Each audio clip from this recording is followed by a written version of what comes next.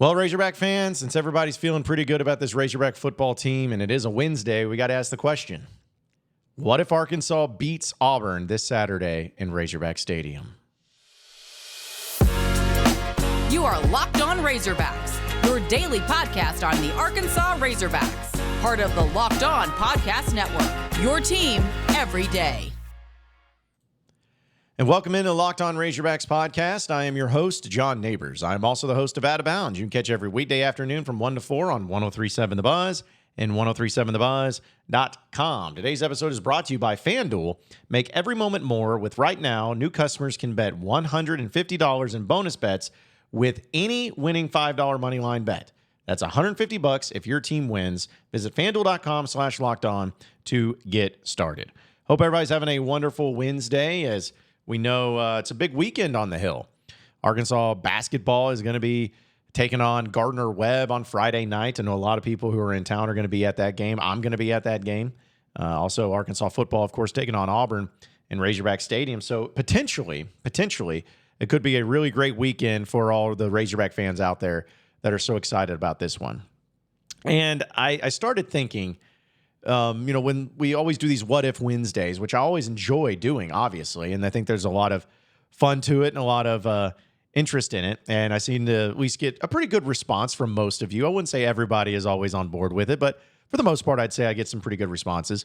This one was a pretty easy one because for those of you who may not realize it, and sometimes I have to remind myself of it, Arkansas has not beaten Auburn in football in Fayetteville since 2015. Okay? They've only beaten them twice since 2015. Well, including 2015, I should say. Because they also were able to take care of business against Auburn last year on the road when it was pretty much the game that put the nail in the coffin. Now his name just escaped me. The Auburn coach, Brian Harsin, put the nail in the coffin for him. And now they have Hugh Freeze. And now they're going to try to come into Fayetteville once again and win. In fact, if you look at some of the home games against Auburn here recently, this is wild. So Arkansas in 2021, which was a frustrating game and a weird game, Arkansas lost that one at home, 38-23. That was the year that Arkansas actually did so many good things. Like they only lost to Alabama by a touchdown. They lost to Ole Miss on a final second 2-point conversion failure, and they really did some good things. But that day was just a bad one for Arkansas. And if I remember correctly, it was a game that was pretty much defined by like a 5-minute span, if that makes sense. I think it was Arkansas had a strip fumble. KJ Jefferson had a strip fumble sack, and it was like a touchdown. And then they had one play that where one of their guys got burned. And that was pretty much all she wrote. It was within a 5-minute span. So that was the last time that Arkansas and Auburn faced off against each other in Fayetteville. And it ended up being a 15-point victory for Auburn. And then in 2019, I mean, come on, Chad Morris, 51-10, Arkansas lost. 2017, 52-20. Arkansas lost. And then they were able to win in quadruple overtime against Auburn in 2015. And then 2 years before that, in 2013, Arkansas got trounced by Auburn 35-17 at home. And then they won in 2011 pretty handedly. 2009 they won handedly, and then in 2007 they lost in a 9-7. Like anybody would ever score single digits in an SEC game anymore, right? Anyways, I keep thinking about just how crazy it's been that Arkansas has not had any success against Auburn, really, and especially at home. Because, Gus Malzahn pretty much had Arkansas's number. And the only time that Arkansas beat Gus Malzahn when he was the head coach at Auburn was in 2015. And again, they needed quadruple overtime to get to that point.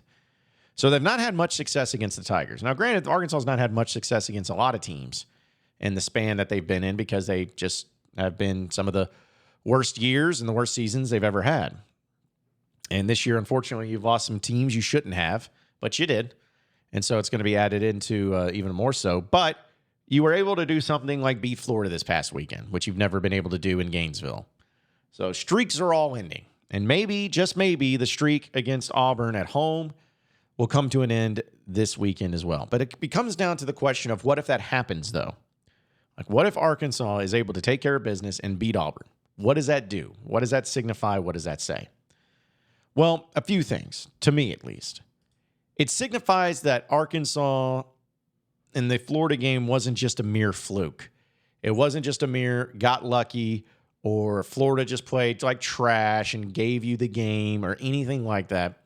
To me, it'll prove that you actually truly have gotten something good going here. That you actually have an offense that seems to be moving in the right direction.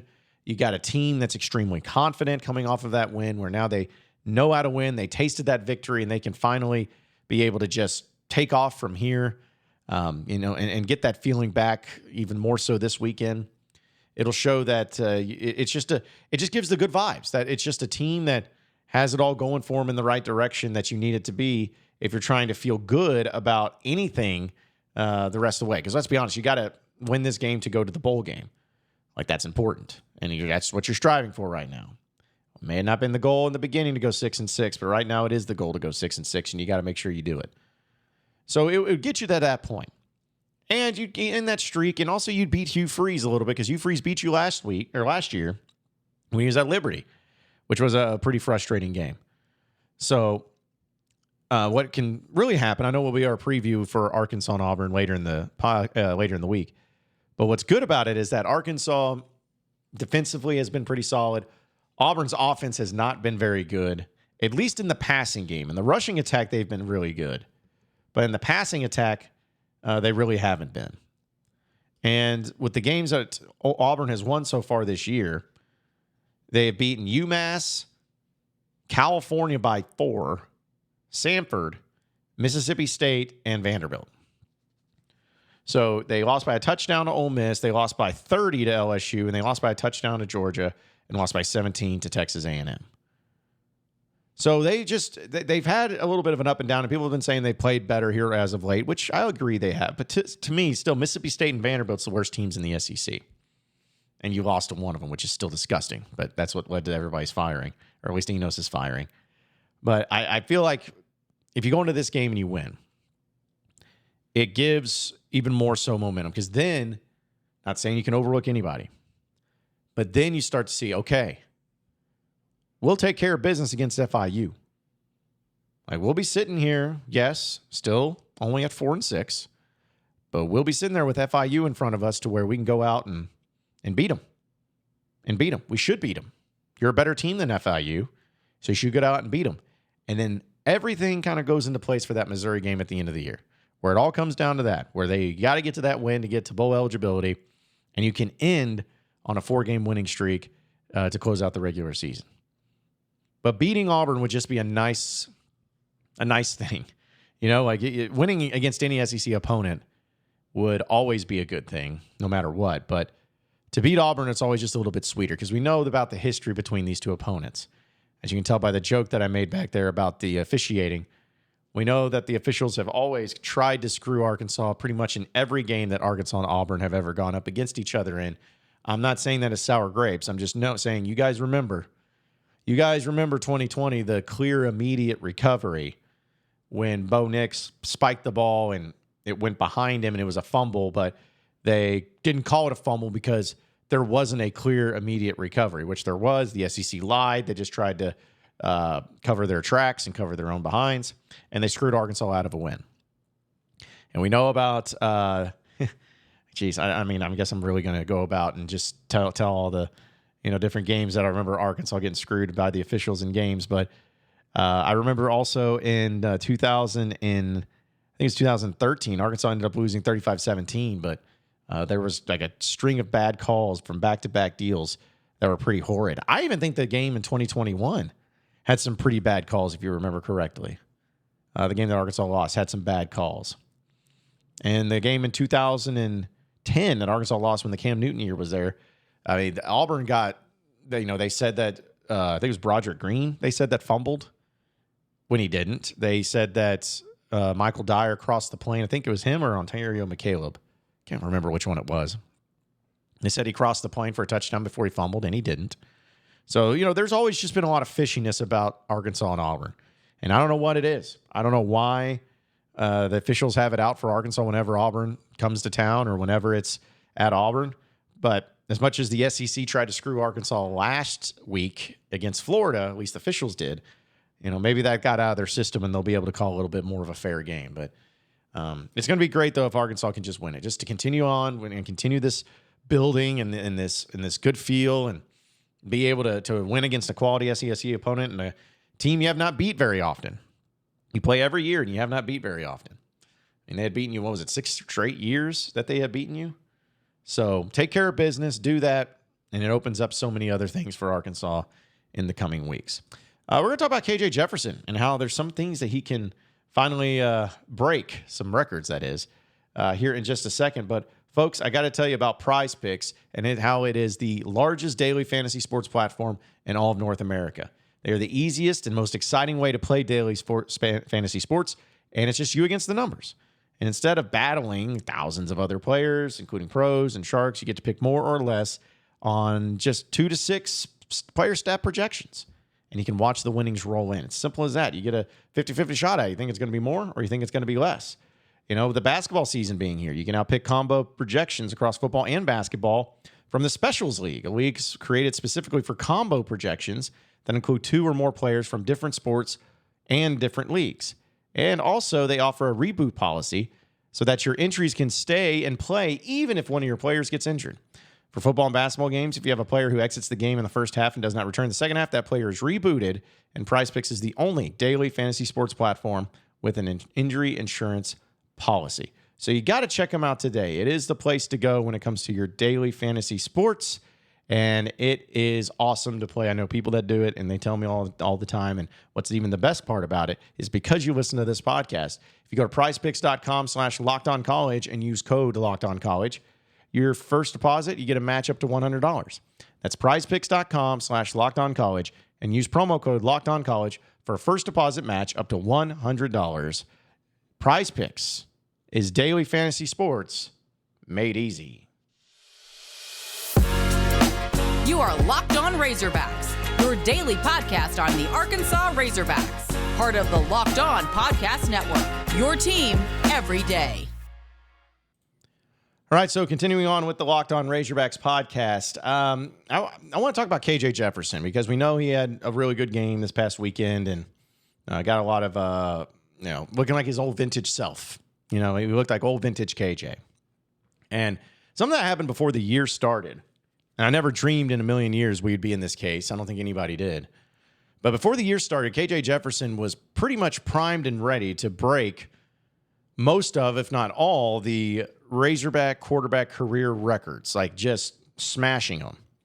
And with 3 games left on the season, there's still some things that he's going to have to do to make sure that he breaks those records, assuming that he moves on from Arkansas after this year.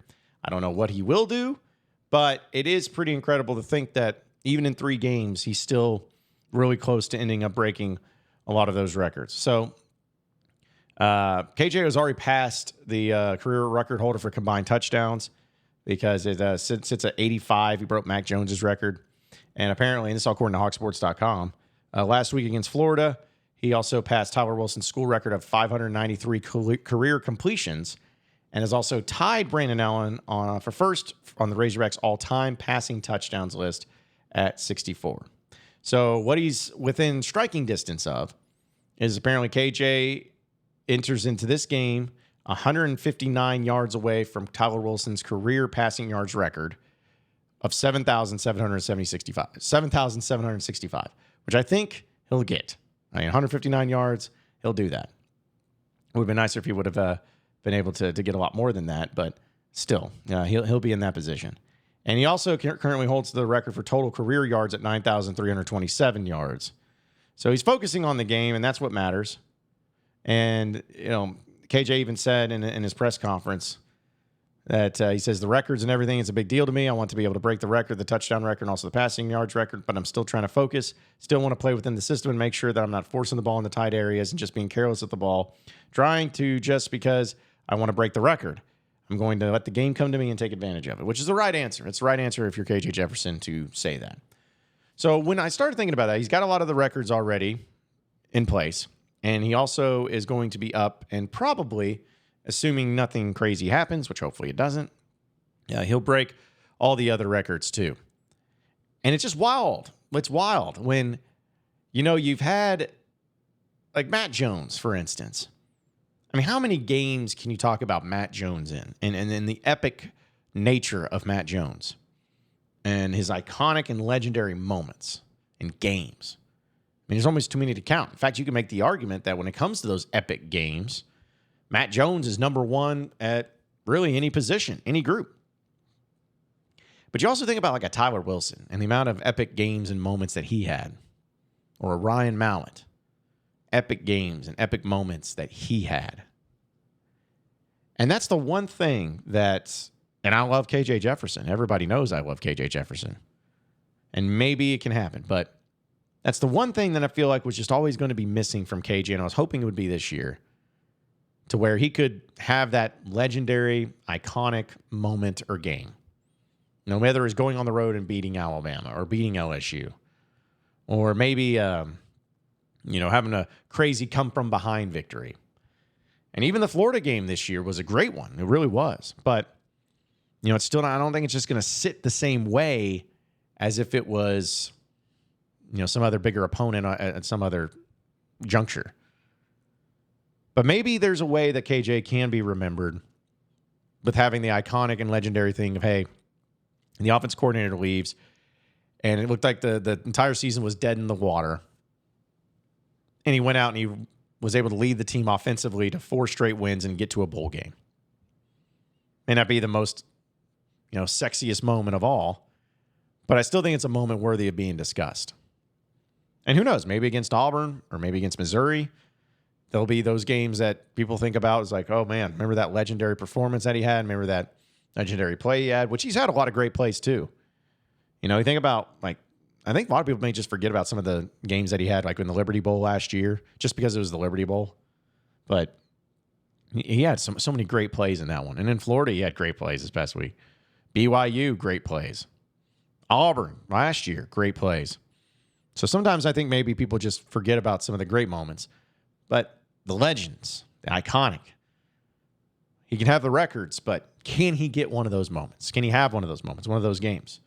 And he can still come back next year. Who knows? Maybe he does. And if he does, maybe, just maybe, there'll be some of those moments too.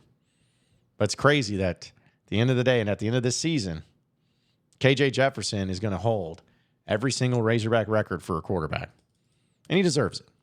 He really deserves it. Folks, we're going to talk a little bit about Razorback Basketball and a fun little thing that I saw on social media here in just a second. But folks, I got to tell you about scoring early this NFL season with FanDuel, America's #1 sportsbook. Because right now, new customers get $150 in bonus bets with any winning $5 money line bet. That's $150 if your team wins. If you've been thinking about joining FanDuel, there's no better time to get in on the action than right now. And the app is so easy to use.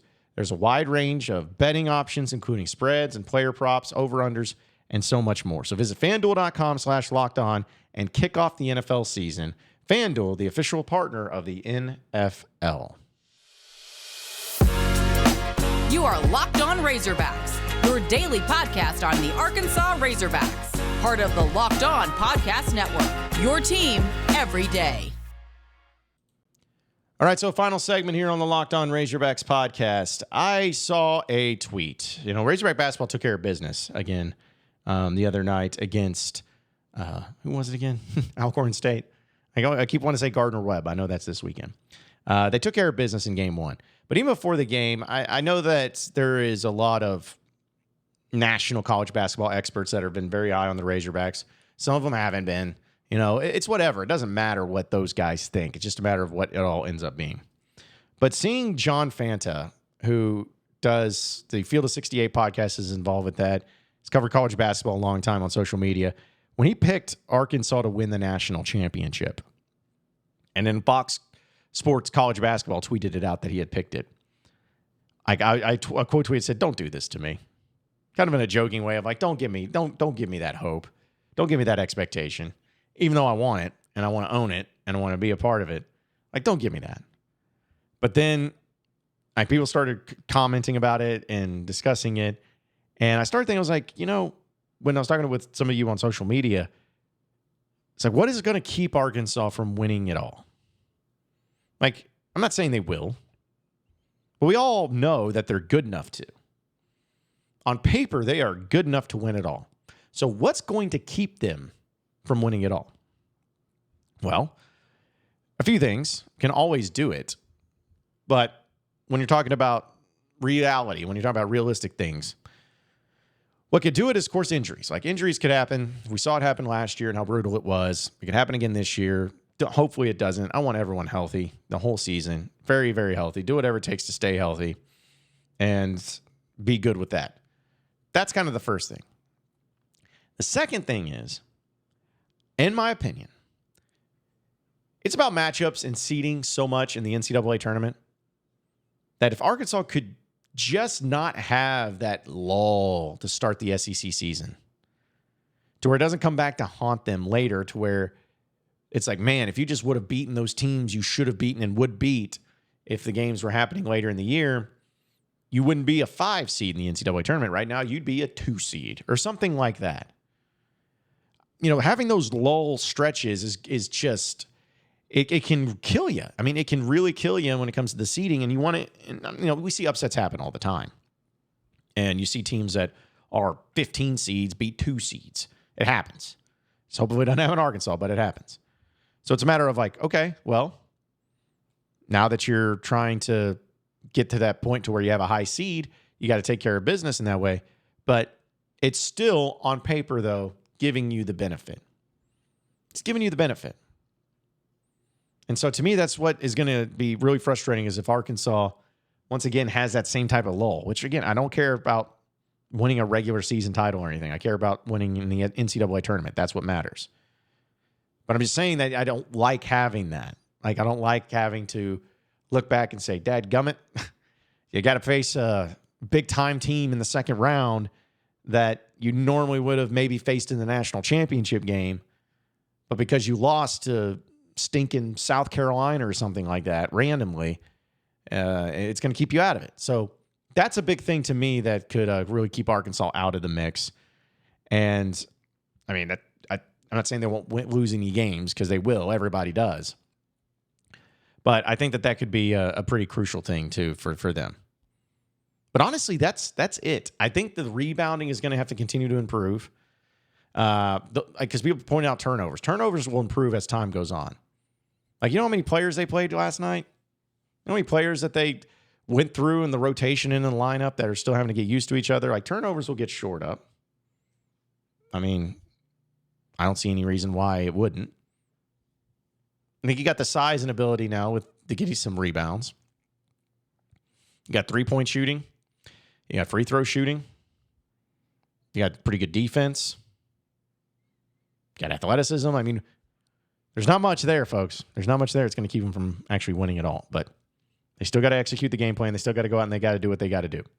But I like their chances. On paper, I like their chances, and I can't wait to see where the season ends up going. Appreciate everybody listening in to the Locked On Razorbacks podcast. Be sure to like and subscribe to the podcast on iTunes or on Google Play. You can also get after me on Twitter at BuzzJohnNabors for any questions, comments, concerns that you may have. We'll keep it going from there. Same podcast time, same podcast channel tomorrow afternoon. Have a great day, everybody. We'll see you then.